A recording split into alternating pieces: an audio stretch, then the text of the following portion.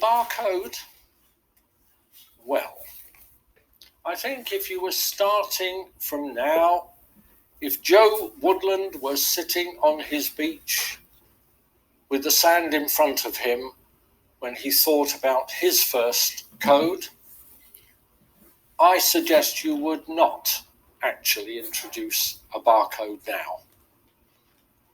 But does that mean actually that the barcode has a very short life? No, I don't think it does at all. I have a feeling that once again, the sheer simplicity of it, the flexibility of it, the fact that there are alternatives which may be applicable in certain circumstances and which will replace the barcode over the next years does not imply that the barcode will disappear. Indeed, with a little less certainty than the number, I would say I have a sneaking feeling that the barcode will see me out too. Hey, Shalom. Kahala Yahweh, Bahashem, Yahweh Shai, Bahashem, Waha, Rachakadash. The honor to the apostles of Great Millstone, taught me this word. Peace and blessings to you, Akim, that's pushing this word in truth and sincerity. This is Mathia from the GMS Dallas camp, and wanted to go into a quick lesson, going into the mark of the beast. As we saw here on the video, it says the secret life of barcodes, the future of barcodes. Now, this man, he was actually speaking. What was his name? We're gonna go back and see. The barcode, I think it's Bernard Silver.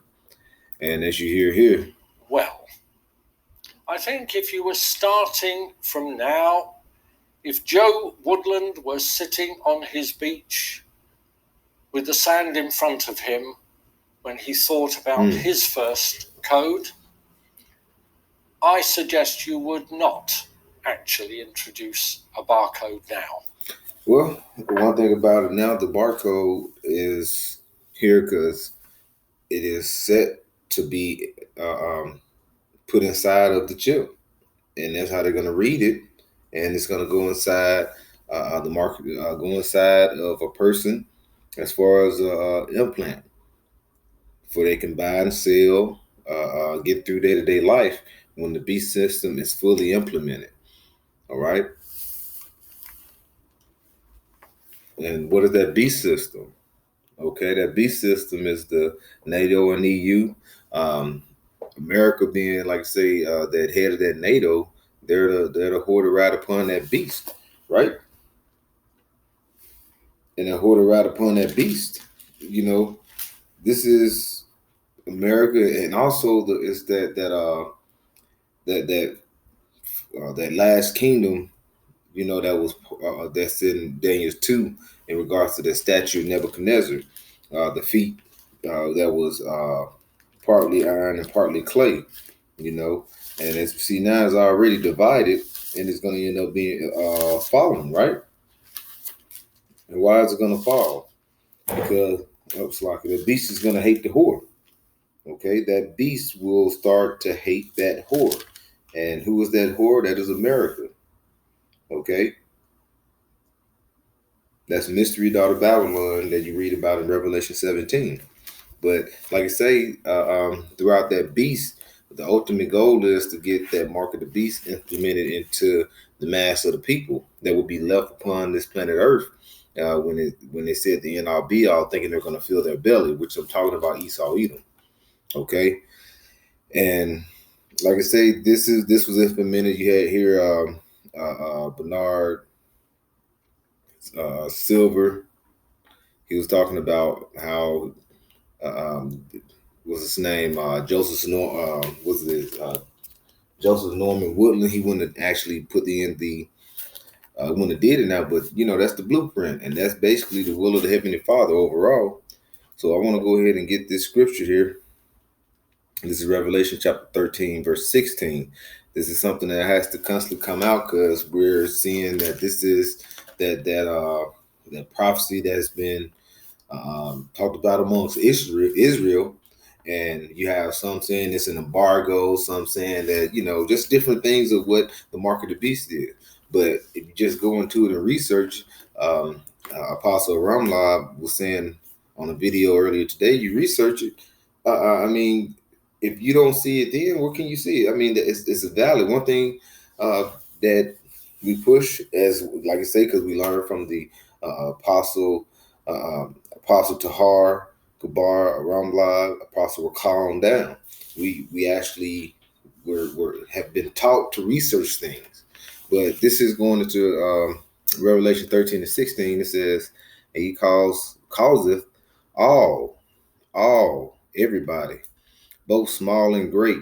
Okay, the people in the hood, the lowly men, even them low out Edomites that's down and out, great, rich, poor. You got the great ones. You got the sports players. You got in this world men of great stature, right?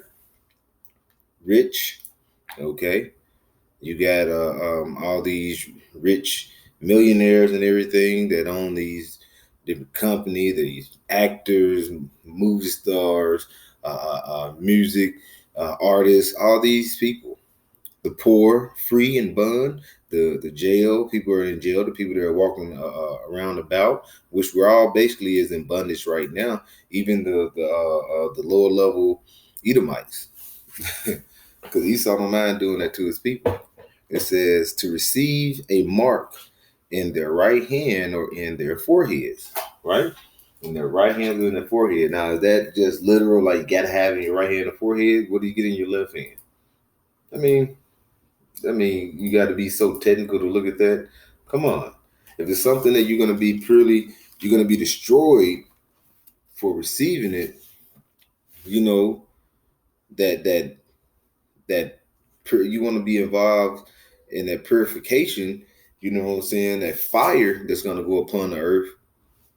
Then hey, be my guest. But Lord willing, I'll be delivered along with the men that's pushing the true and correct doctrine of Yahweh Shemi Hawashai, mainly, and also, like I said, the elect of Israel plus the 144, which the 144,000 is within the body of the elect, okay, in the body of the 1/3, right? So, like say, have a mark in their right hand or in their foreheads, okay, and that mark is that microchip that's gonna have that barcode inside, like he said, that going into the secret life of barcodes, the future of the barcode. Uh, um, what does Silver say? He said, "Hey, it's not basically going away. It's just being revamped, which is already revamped. It's vamped into a small grain that it goes into your body that you can go and click on anything, or you can go in. They can check your medical records if you got your vaccine shots for the COVID-19. Yeah, all this is coming about, and it's gonna become mandatory. Now it's like kind of, hey, you gotta have it like the mask. You got that mask. Some places you can have it off till you get close into the store or what have you, but it's going to be mandatory where you're going to have to wear it walking, drive. You're going to have to just keep a mask on. That's just me, and that's what it look like. That's what, me personally, but I'm sure I can see it. But Esau is forming and basically getting the masses under complete ordinance of his wickedness, complete ordinances, okay? Because he got the world was given to the hands of the wicked, and he's actually utilizing it because he see that his kingdom is crumbling, his tongue is falling upon themselves. And this is the NRB right here. Hey, we got to get everybody under our rulership, like we're their actual power, like we're the most high for them, for the cattle, for the masses, for these sheeple that's walking around. And this word is actually bringing them down. And look at that, Norman Joseph Woodland 666 within his name. Through the spirit. Look at that, right? Let's go on to the word mark. We want to go into that and kind of show that out here. Charagma, right? Charagma. And it says a stamp. You can start right there, a stamp. But it's not going to be only stamped, it's going to be inserted in you. And then printed mark. Okay? It's not going to be a tattoo. It's going to actually be something that goes inside you. Now, if it's going to be something that's going to be something that like a tattoo that's going to be like the barcode or what have you, I don't know. But right now, we know through the spirit, we know that it is the RFID chip that's going to be inserted inside you. Okay, look at this of adulterous images. All right, you know what? And with that, let's go into. I want to grab something right here. Let's go back. And it said adulterous images, and didn't it say receive the mark or his name? Okay, or we're gonna go into what did it say, the image of the beast? I think. Let me see.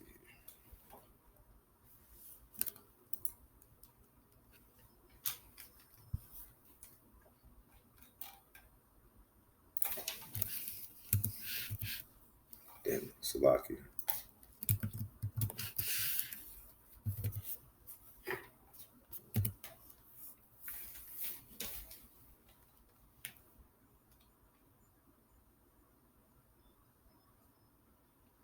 Okay.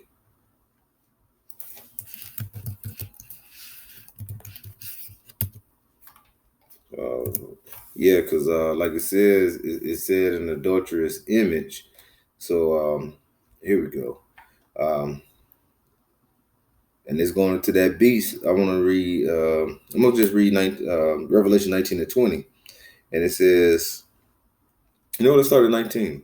It says, "And I saw the beast and the kings of the earth and their armies gathered together to make war with him that sat on the horse and against his army." And who was that? You know, who was that? They making war with him because when World War III go on, they're going to be attacking and fighting. They're going to be attacking and fighting one another. But then when they see the chariots of Yahweh Shem Shah, they're going to go and start fighting him, right? And let me get the Apocrypha here. I thought it was the Apocrypha was on here. No.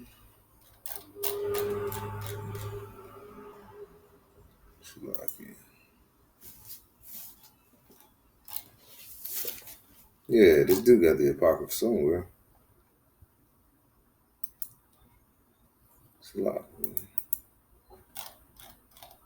There we go. All right, this is second heritage, but this is what this is going to go into, where it says, "And the beasts and the kings of the earth and their armies gathered together to make war with him that sat upon the horse and against his army." Right. So let's go to Second Ezra 13. All right.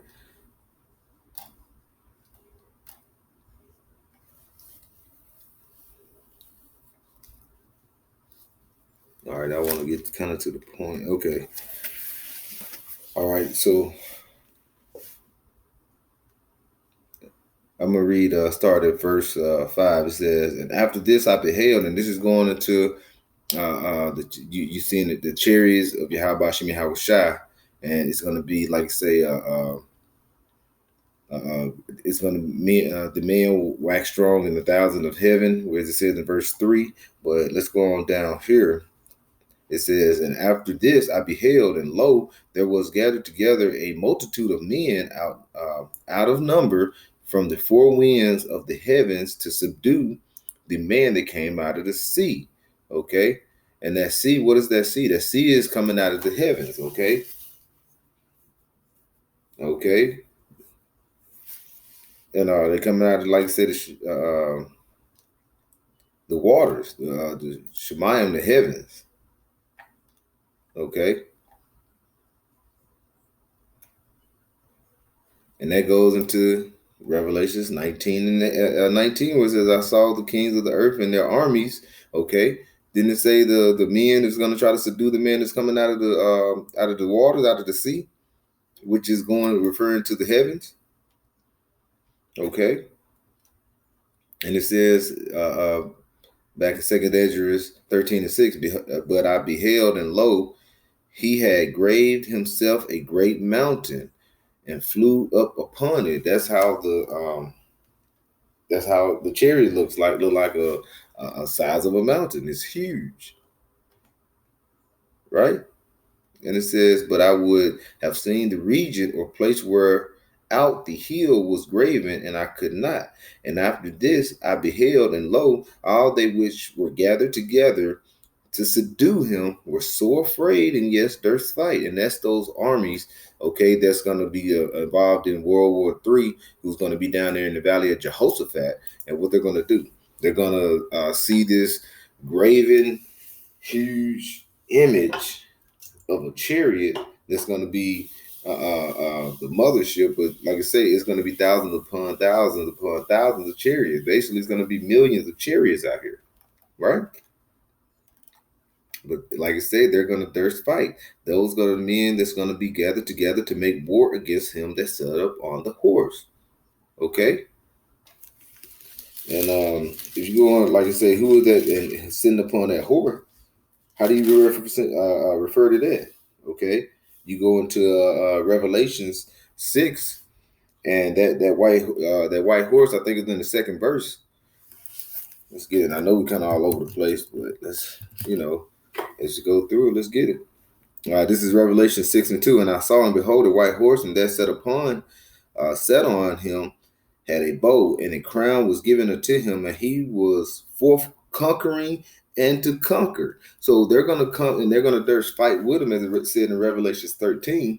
But he's going to come forth conquering and to conquer. He's going to get all the crowns of the earth.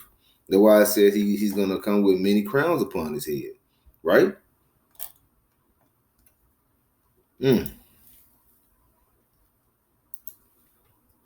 All right, so let's go ahead and get back to Revelation 13, right? So we're kind of establish that, But like I say, the mark of the beast, that's how it's going to be stopped, okay? We're going to need a higher being to come deliver us, okay, from that mark that's going to be presented to the earth. And it's going to be something where it's going to be a life or death situation. You're going to get that mark or you're going to die, okay? Famine is coming to this world. I mean, throughout the whole world, even America will be full of famine, death. You're gonna see bodies in the street, okay? And it's all to culminate by this man, this defiled man, Esau, who want to get this mark on you. Revelation 13:17, and no man might buy or sell, say that he had the mark or the name of the beast on or the number of his name. Okay. So it says, verse 18. Here is wisdom. Why is that wisdom? One reason wisdom letting you know that is letting you know also that no man may buy or sell or say he had the mark of the beast. He letting you know that you got to have this wisdom going into it, because it's going to let you know, here is wisdom. Okay, here's the understanding of this mark of the beast, right? It says, here's wisdom. Let him that has understanding count the number of the beast, for it is the number of a man, the number of a man. Okay. And his number is 666. Okay. And also, I got to go back and look at it. But when you look at it to the barcode, it's also in every barcode, it breaks it down. When you see the line, and then you see all the short lines, and another line comes down, it goes into like a 666 as well. So, but like I say, it's the number of a man. Norman Joseph Woodland, 666. Okay.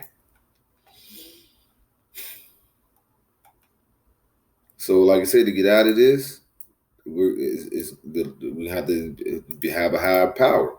And who is going to be that higher power? Yahweh Shem Yahweh Shai.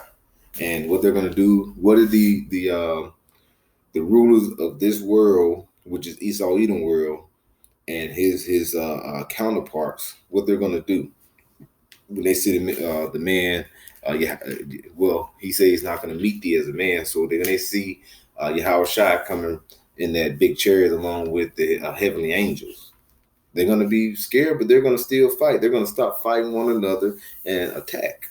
And what's going to happen? They're going to be destroyed quickly. America will be destroyed in an hour, and they're going to be blown away with no problem. Now, like I said, going back into the mark of the beast, before all that happened, Esau is going to come with great wrath, as it mentions in Revelation 12 and 12. Rejoice ye heaven, because the devil, knowing he got a short time, will come down with great wrath.